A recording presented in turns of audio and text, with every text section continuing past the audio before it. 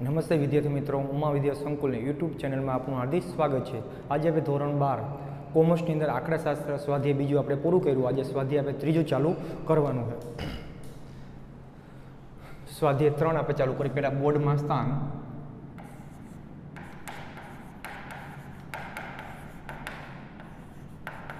તો બોર્ડની અંદર કેટલા માર્કનું પૂછાય, તો પહેલાં આપણે વિભાગ એ આવે,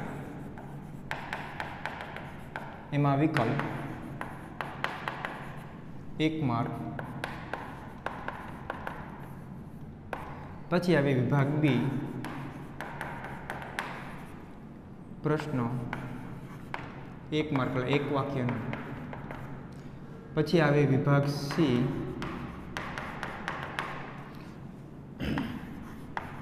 થિયરી પ્લસ દાખલો, નાનો દાખલો પૂછાય 2 માર્ક,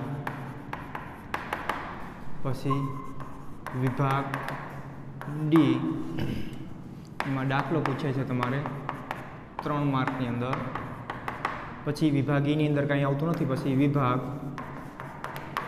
એફ, વિભાગ એફની અંદર દાખલો આવશે એ 5 માર્કની અંદર। તો કુલ જોવા જાય 5, 6, 7, 8, 9, 10, 11, 12, તો 12 માર્કનું કુલ તમારે આના અંદર પૂછાશે।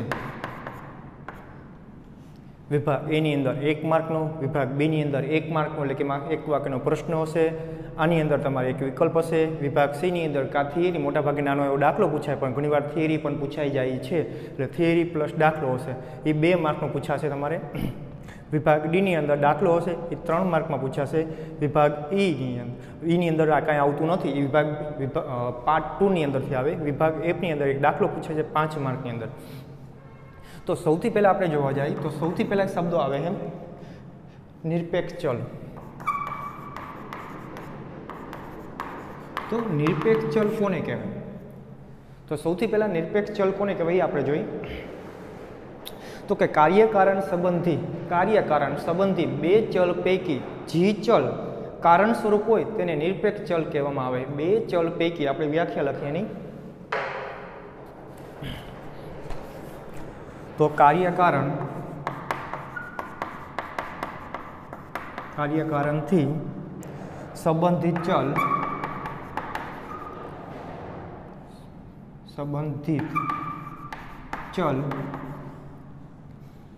સંબંધિત 2 ચલ પૈકી જે ચલ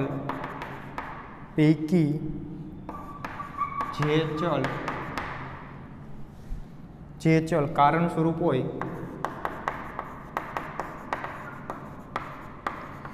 હોય તેને નિરપેક્ષ ચલ કહેવાય છે। હવે 2 ચલ સંબંધી શું? કાર્યકારણથી સંબંધિત 2 ચલ પૈકી જે ચલ કારણ સ્વરૂપ હોય તેને નિરપેક્ષ ચલ કહેવાય। કારણ સ્વરૂપ એટલે શું? જેના કારણે જે કાર્ય થતું હોય। હવે કોઈ કાર્ય કરવું, દાખલા તરીકે આપણે ચોખાનું ઉત્પાદન કરવું હોય તો ચોખા, અને ચોખા કેના આધારે ઉત્પાદન થશે? તો વરસાદના આધારે। આપણે કાર્ય શું કરી તો કે ચોખા વાવ, આ કાર્ય કહેવાય। અને ચોખાનું ઉત્પાદન વધે કે ઘટે એ કેના કારણે થશે? તો કે વરસાદના કારણે, આ કારણ કહેવાય। 2 ચલ છે, એક ચોખા અને એક વરસાદ છે, તો 2 ચલની અંદર જે આપણે કામ કરી એ આપણું કાર્ય કહેવાય। જે આપણે એના કારણે ચોખાનું ઉત્પાદન વધશે કે ઘટશે એ તમારો વરસાદ છે એટલે કે કારણ કહેવાય। એટલે જો વરસાદ સારો થાય તો ચોખાનું ઉત્પાદન વધશે, જો વરસાદ ઓછો થાય તો ચોખાનું ઉત્પાદન ઘટશે। કેના કારણે વધઘટ થઈ? તો કે વરસાદના કારણે। એ આપણો નિરપેક્ષ ચલ કહેવાય। જેના કારણે આપણા ઉત્પાદનની અંદર કે જે કાર્ય કરી એની અંદર વધઘટ થતી હોય એ કારણ રહ્યું એને નિરપેક્ષ ચલ તરીકે ઓળખવામાં આવે છે, જેને આપણે x વડે દર્શાવશું। જેને આપણે x વડે દર્શાવશું। બીજો ચલ તમારો જે આવે છે એ સાપેક્ષ ચલ આવે।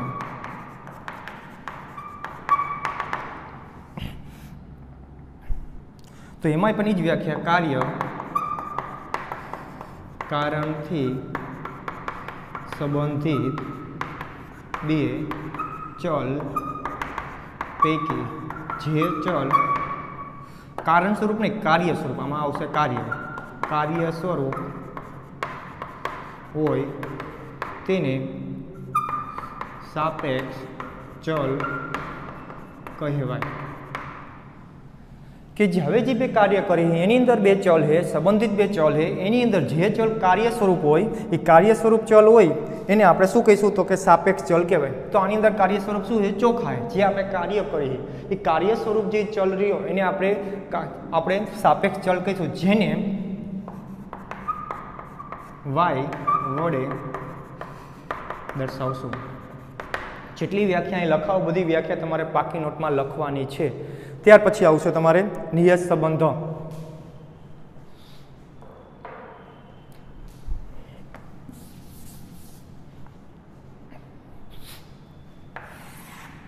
આ બધી વ્યાખ્યા એક માર્કમાં પૂછવાની શક્યતા વધારે છે। નિયત સંબંધ એટલે શું? બે જ સંબંધિત ચલ વચ્ચેના વિધેયાત્મક સંબંધને નિયત સંબંધ કહીએ છીએ। તો કે બે ચલ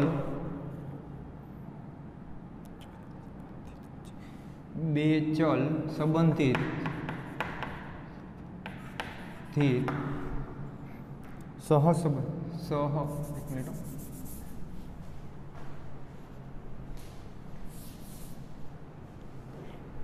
બે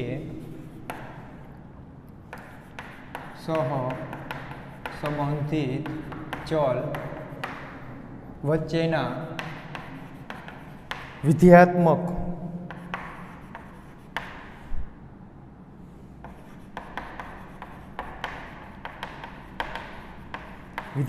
સંબંધને નિયત સંબંધ કહે છે। કેવો સંબંધ કીધો છે તો કે બે ચલ સહસંબંધિત ચલ એટલે આપણે x અને બે ચલ છે એ બે ચલ વચ્ચેનો વિધેયાત્મક સંબંધ એટલે શું કે ગુણાકાર ભાગાકારમાં જે કોઈ સંજ્ઞાની અંદર દર્શાવેલો કોઈ સંબંધ જકડી રાખતો હોય કે જેને આપણે કોઈ સ્વરૂપ આપેલું હોય કે જે રીતે આપણે અવયવ પાડ તરીકે આમ આપેલું x પ્લસ વાય, આવું કે x ગુણ્યા વાય, x ભાંગા વાય, આવું જે બધી સંબંધિત વિધેયાત્મક સંબંધ આપે તો એને નિયત સંબંધ તરીકે ઓળખવામાં આવે છે। ત્યાર પછી આગળ સાપેક્ષ ચલ y અને ચલ x ના સુરેખ વિધેય તરીકે દર્શાવતા નિયત સંબંધ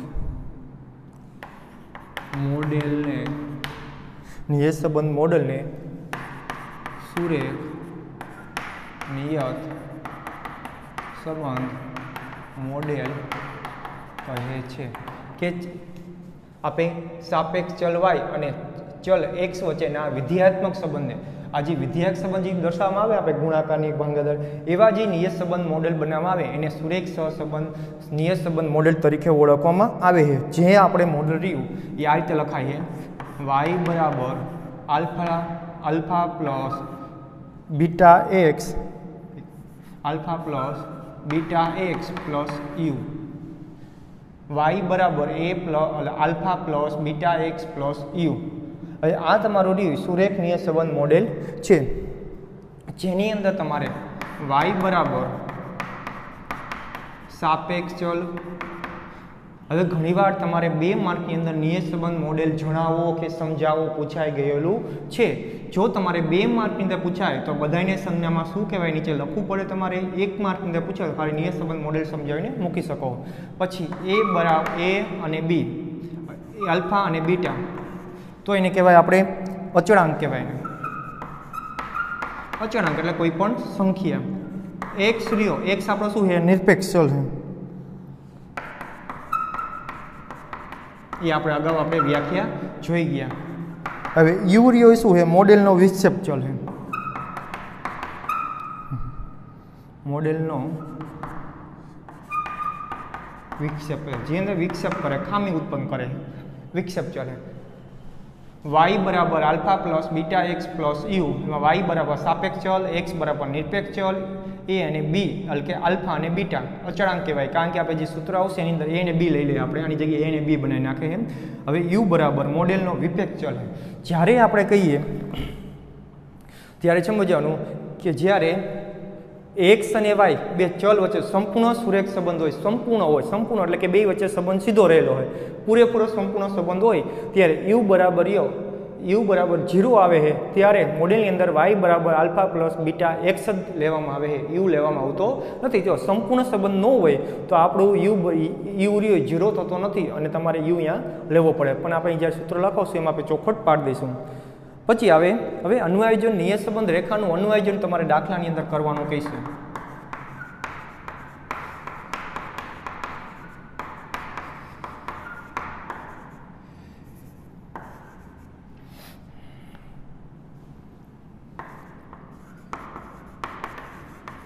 હવે નિયત સંબંધ રેખાનું અન્વયાયોજન કરવા માટે આપણી પાસે બે રીત છે. એક વિકર્ણ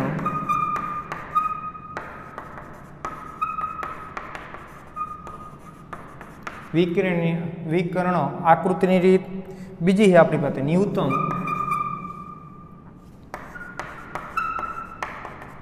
વર્ગની રીત. આપણી પાસે બે રીત છે નિયત સંબંધ રેખા. આ નિયત સંબંધ મોડેલ આવ્યું એના ઉપર આપણે નિયત સંબંધ રેખાનું અન્વયાયોજન કરવું પડશે. એના માટે આપણી પાસે બે રીત છે, એક વિકર્ણ આકૃતિની રીત અને ન્યૂનતમ વર્ગની રીત. જે આકૃતિની રીત રહી એ તમારા પરીક્ષા અંદર પૂછાતી નથી. આપણે ન્યૂનતમ વર્ગની રીતે જ 5 માર્કની અંદર દાખલો તમારો પૂછાય છે, 3 માર્કની અંદર એવો જ દાખલો છે પણ નાનો પૂછાય છે તમારે. હવે આગળ હવે આપણે જોવા જઈએ તો ન્યૂનતમ વર્ગની રીતે આપણે બે રીત યાદ રાખવાની છે કે નિયત સંબંધ રેખા મેળવવાની અન્વયાયોજન રેખા રીતો કેટલી છે? તો વિકર્ણ આકૃતિની રીત અને ન્યૂનતમ વર્ગની રીત. ત્યાર પછી આવા જોઈએ કે આનો ઉપયોગ ક્યાં થાય? નિયત સંબંધના અભ્યાસની રીતનો ઉપયોગ ક્યાં થાય? તો કોઈ પણ બે ચલ વચ્ચે, દાખલા તરીકે આપણે ચોખા અને વર્ષા લીધું, બે ચલ વચ્ચે સંબંધ શું રહેલો હોય જાણવા માટે આપણે ઉપયોગ કરીએ છીએ. નિરપેક્ષ ચલ એક્સની જ્ઞાત કિંમત પરથી, કે આપણી પાસે એક્સની કિંમત છે આપણી પાસે, તો એના ઉપર આપણે વાયની કિંમત ગોતવી હોય કે આપણે શું કીધું, એક્સની કિંમત જ્ઞાત એટલે આપણે જાણતા હોય તો અજ્ઞાત વાયની કિંમત આપણે મેળવી શકીએ છીએ, જે આપણે દાખલામાં ગોતવાની આવશે. પછી નિયત સંબંધ મદદથી નિરપેક્ષ ચલ એક્સની કિંમતમાં થતા એકમમાં ફેરફારથી સાપેક્ષ ચલ વાયમાં થતો અંદાજિત ફેરફાર જાણી શકાય. કે આની અંદર એક્સની અંદર તમારે જો કોઈ પણ એકમનો અંદાજિત ફેરફાર થતો હોય, અંદાજ એટલે કોઈ પણ ફેરફાર થતો હોય તો વાય તમારો નિરપેક્ષ ચલની અંદર શું ફેરફાર થાય એ પણ તમે જાણી શકો છો. નિયત સંબંધ રેખા તમારી પાસે જે અગાઉથી તમે ભવિષ્યનું આયોજન કર્યું હોય એ પ્રમાણે કોઈ વસ્તુ હોય, દાખલા તરીકે તમે કોઈ વસ્તુનું ઉત્પાદન કરતા હોય, ચોખાનું હોય કે કપાસનું હોય, કે આપણા વર્ષની અંદર આનો ભાવ આ રહેશે એવું આપણે અનુમાન કર્યું, પણ એ ભાવ નથી રહ્યો અને બીજો કઈ ભાવ એમાં તૂટી શું આવી કે આપણે જે નક્કી કર્યો તો એ ભાવ ને ખરેખર કેવો ભાવ આવ્યો હોય એ ભાવની અંદર તૂટી ખામી શું રહેલી, ખામી પણ આપણે જાણી શકીએ છીએ. ત્યાર પછી તમારો પોઈન્ટ આવે છે નિયત સંબંધ વિશ્વતાનો આંક.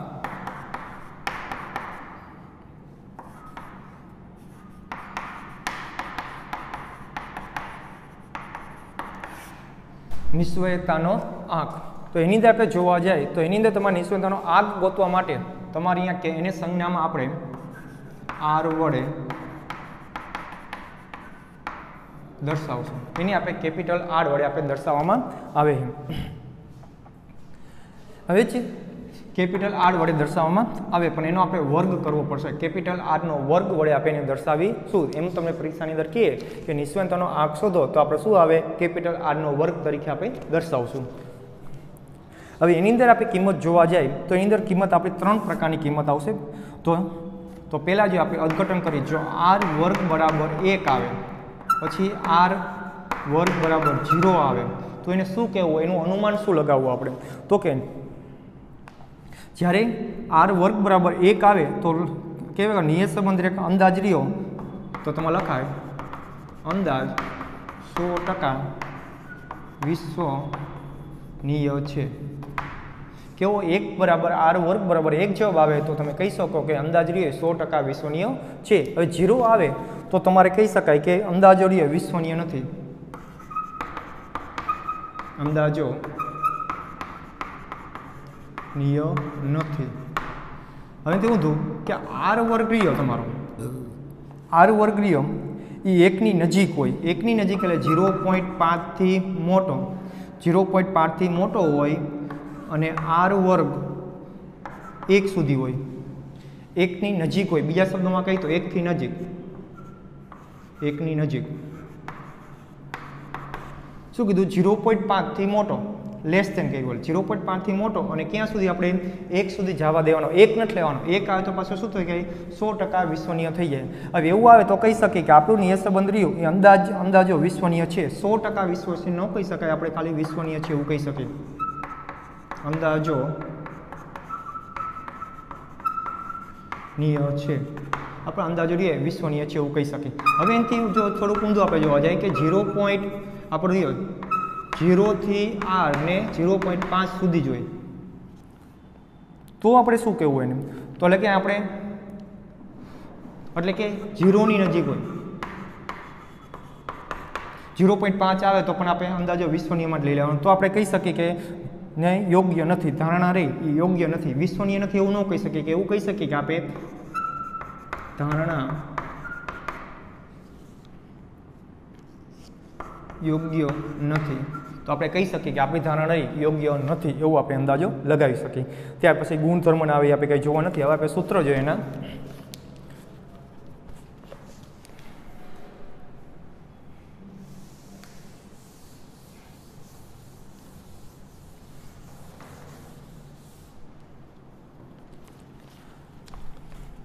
હવે તમને એમ કહે સૌથી પહેલાં કે વાયની x પરની નિયત સંબંધ રેખા, તમને દાખલાની રકમ એમ કહી છે કે નિયત સંબંધ રેખા મેળવો. તો એ મેળવવાનું કહીએ તો એને આપણે નિયત સંબંધ રેખાનું સમીકરણ પણ કહેવાય, આને સમીકરણ પણ કહેવાય. નિયત સંબંધ રેખાનું સમીકરણ અથવા નિયત સંબંધ રેખા મેળવો એવું પણ તમને કહી શકાય.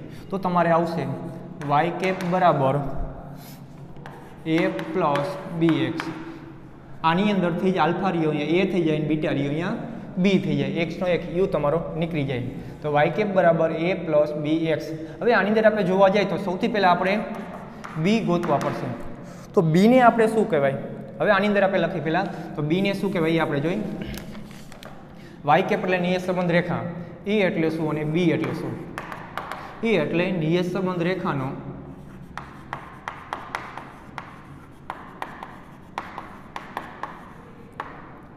અંતઃખંડ, અંતઃખંડ કહેવાય. પછી આ બી આવ્યો તો નિયત સંબંધ રેખાનો ઢાળ. તો નિયત સંબંધ રેખાનો એને ઢાળ તરીકે ઓળખવામાં આવે. હવે આપણે બીનો અહીંયા બી આપણે મૂકવા પડશે. બી માટે આપણી પાસે 3 સૂત્રો છે અને નાના દાખલા માટે પણ ઘણા બધા સૂત્રો છે. મેઇન તો આપણા 2 સૂત્રો તો આપણો જે આવતા એ x બાર અને y બાર પૂર્ણાંકમાં હોય ત્યારે, x બાર અને y બાર પૂર્ણાંકમાં હોય ત્યારે કઈ સૂત્ર મૂકવાનું? તો b બરાબર સિગ્મા કાઉન્સમાં x માઇનસ x બાર અને y માઇનસ y બાર. આજે તમારા બીજા ચેપ્ટરના સૂત્રો રહ્યા એમાંથી જ બનેલું છે. નીચે આપણે વર્ગમૂળ લેતા એ વર્ગમૂળ લેવાની જરૂર નથી. તો નીચે ખાલી આટલું લેવાનું, સિગ્મા x માઇનસ x બારનો સ્ક્વેર, y માઇનસ y બારનો સ્ક્વેર તમારે લેવાનો નથી. ખાલી શું આવશે? b બરાબર જ્યારે x બાર ને y બાર પૂર્ણાંકમાં હોય ત્યારે તો સિગ્મા x માઇનસ x બાર y માઇનસ y બાર છેદમાં સિગ્મા x માઇનસ x બારનો સ્ક્વેર. બીજું x બાર અને y બાર અપૂર્ણાંકમાં હોય ત્યારે તો તમારે કયું આવશે? એમાં શું આવતું તમારે? તો n into sigma xy minus sigma x sigma y. ઉપર બધાય સૂત્રની અંદર એમનેમ આવે, ખાલી નીચે જ ફરે. વર્ગમૂળ આમાં પણ નીકળી જશે. તો n ઇન્ટુ સિગ્મા x નો વર્ગ માઇનસ સિગ્મા x એનો વર્ગ. આ સૂત્ર તમારું બની જશે અહીંયા. ત્યાર પછી આપણે જોવા જાય, હવે રકમ અતિશય મોટી આવે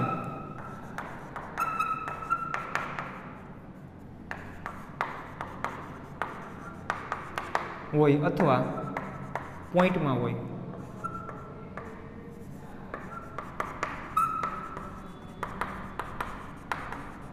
તો આપણે કયું સૂત્ર મૂકતા યુવી વાળું તો યુવી વાળું n into sigma UV minus sigma U into sigma V છેદમાં n ઇન્ટુ સિગ્મા યુનો સ્ક્વેર માઇનસ સિગ્મા યુ યુનો સ્ક્વેર આ સૂત્ર તમારું લાગુ પડશે.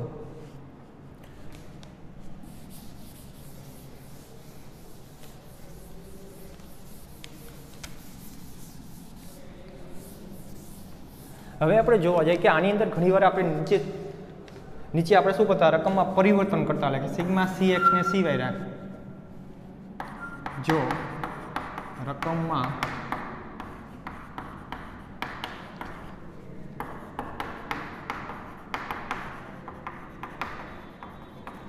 હવે આની અંદર તમને u ને v નું સૂત્ર તમને યાદ છે તો આપણે u નું સૂત્ર શું આવતું u બરાબર x માઇનસ a અને v બરાબર આવતું y માઇનસ b આ સૂત્ર હતું આપણું. હવે રકમમાં પરિવર્તન કરવામાં આવે તો આપણું શું સૂત્ર થાય તો કે b બરાબર n into sigma uv minus sigma u into sigma v છેદની અંદર n ઇન્ટુ સિગ્મા uનો સ્ક્વેર માઇનસ સિગ્મા u એનો square.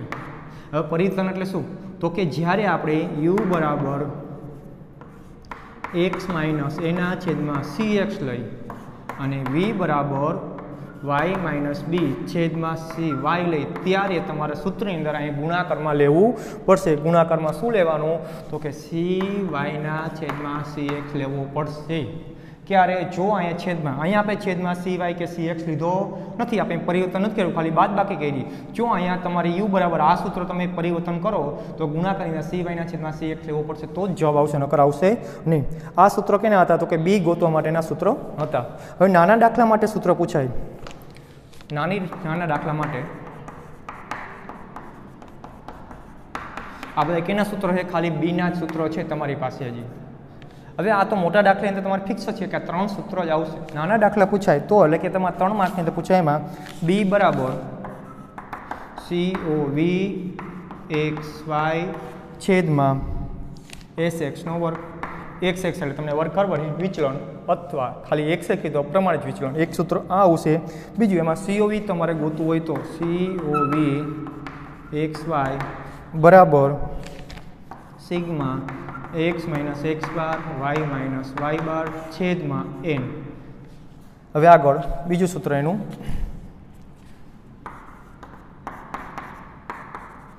Sigma x minus x બાર y માઇનસ y બાર છેદની અંદર n ઇન્ટુ SX નો સ્ક્વેર. હજી બીજું સૂત્ર એનું એમાં ઘણા બધા સૂત્રો છે. b બરાબર સિગ્મા n ઇન્ટુ સિગ્મા એટલે n નહીં આવે આમાં sigma XY minus n into x બાર ઇન્ટુ y બાર છેદની અંદર n ઇન્ટુ SX નો સ્ક્વેર. હવે છેલ્લું સૂત્ર આપણું બીનું તો કે b બરાબર r ઇન્ટુ SY ના છેદમાં SX. આ સૂત્ર કુલ કેટલા આવ્યા નાના 1 2 3 ને કુલ 4 સૂત્રો. આ તો આપણે COV ગોતવા માટેનું સૂત્ર છે. આટલા સૂત્રો આપણે b ના આવશે. શું આવ્યું તો કે b બરાબર COV XY ના છેદમાં SX નો સ્ક્વેર. SX નો સ્ક્વેર એટલે શું ખાલી વિચલન સિગ્મા x માઇનસ x બાર y માઇનસ y બાર n ઇન્ટુ સિગ્મા xx નો સ્ક્વેર.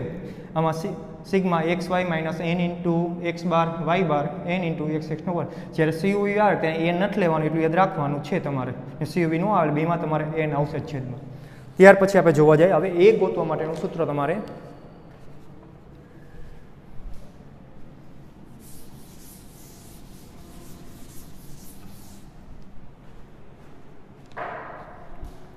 હવે આપણે બી ગોતવા માટે સૂત્ર મોટા દાખલાની અંદર 1 2 3 અથવા તો આ પરિવર્તન થાય તો આ સૂત્ર પૂછી શકશે એટલે કે એ ની અંદર તમારે બી ની અંદર એ સૂત્ર પૂછાય છે. હવે બી તમારું મળીએ પછી તમને એ મળશે તો એનું સૂત્ર આવશે તમારે y બાર માઇનસ bx બાર y બાર માઇનસ bx બાર. y બારનું સૂત્ર તમને ખબર છે સિગ્મા y ના છેદમાં n અને x બારનું સૂત્ર ખબર છે સિગ્મા x છેદમાં n. b એટલે b તમને અહીંથી મળશે આ સૂત્ર મૂકવાથી. જ્યારે તમને પૂછાય કે નિયત સંબંધ રેખાનું સમીકરણ અથવા નિયત સંબંધ રેખા મેળવો તો સૌથી પહેલાં તમારે શું ગોતવું પડશે? તો સૌથી પહેલાં તમારે x બાર ને y બાર ગોતવો પડશે. x બાર y બાર ગોતશો તમને ખબર પડશે કે આમાંથી કયું સૂત્ર ઉપયોગ થશે. પછી તમારે b ગોતવો પડશે, b ગોતાઈ જાય પછી તમારે a ગોતવો પડશે, a ગોતાઈ જાય પછી તમારે લખવાનું નિયત સંબંધ રેખાનું સમીકરણ. આ સમીકરણ લખવાનું, a અને b ની કિંમત મૂકીને તમારે આગળ દાખલો ગણવાનો. પહેલાં x બાર y બાર, પછી b, પછી a અને પછી y કેપ ગોતવાનો.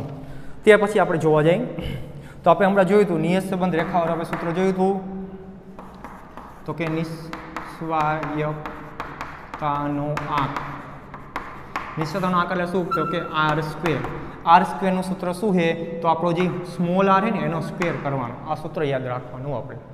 r સ્ક્વેર એટલે કેપિટલ R સ્ક્વેર બરાબર સ્મોલ r. કે સ્મોલ r ગોતવું હોય તો આપણે બીજું ચેપ્ટર યાદ રાખવાનું. બીજા ચેપ્ટરના બધા સૂત્રો આપણે યાદ હોવા જોઈએ. પહેલાં r ગોતી લેવાનો, પછી તમારે r સ્ક્વેર કરીને અહીંયા જે જવાબ આવે મૂકીને એનો સ્ક્વેર કરવાનો એટલે તમારે નિસ્વનતાનો આંક મળી જાય. જો તમારે દાખલાની રકમમાં એમ કે નિસ્વનતાનો આંક ગોતવો અથવા મોડેલ કેટલું વિશ્વનીય છે એ જણાવો તો તમારે નિસ્વનતાનો આંક ગોતવો પડશે. અને છેલ્લે તમારું આવશે ત્રુટિનું સૂત્ર કે તમે અંદાજ લગાવ્યો અહીંયા.